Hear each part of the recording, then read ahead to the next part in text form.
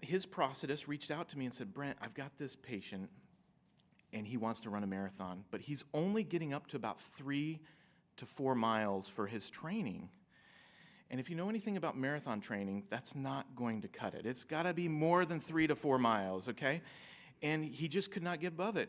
And this prosthetist, super skilled prosthetist. In fact, if I was missing my limb, I would probably go to him. But he said, hey, do you have any technology that is available that we can try? And I said, hey, I've got some software. HP had released the Lubrizol TPU, and we're like, let's give that a shot. And so we way over-designed this, okay? So this was iteration 1. But what was wild is that he put it on and he said, I've never felt so comfortable in my life before.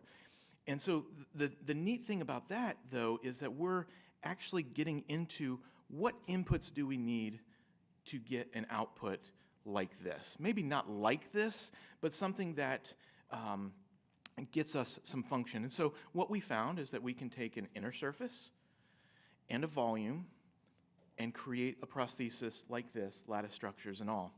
And so here is him running. And so what I look for when people are running or walking is, do they look comfortable? Are they tensed up? Are they symmetrical? Do they look like they're walking or running on eggshells? And we see none of that, and his name's Richard, with Richard. And so Richard then says, I'm going to build these miles up. So he starts hitting 5 miles, 7 miles, 10 miles, 13 miles, 15 miles, and I get a text. Brent, I was only able to do 15 miles today. And I go, oh, Richard, I'm so sorry. What happened? He goes, no, I was only able to do 15 miles. Like, that's as far as I could go today.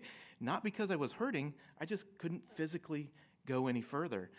And then he built 17, 20, 22, and then in 2022, he ran that marathon. And I'm so excited. And he's the first person that I know of ever to run a marathon in a 3D printed prosthesis.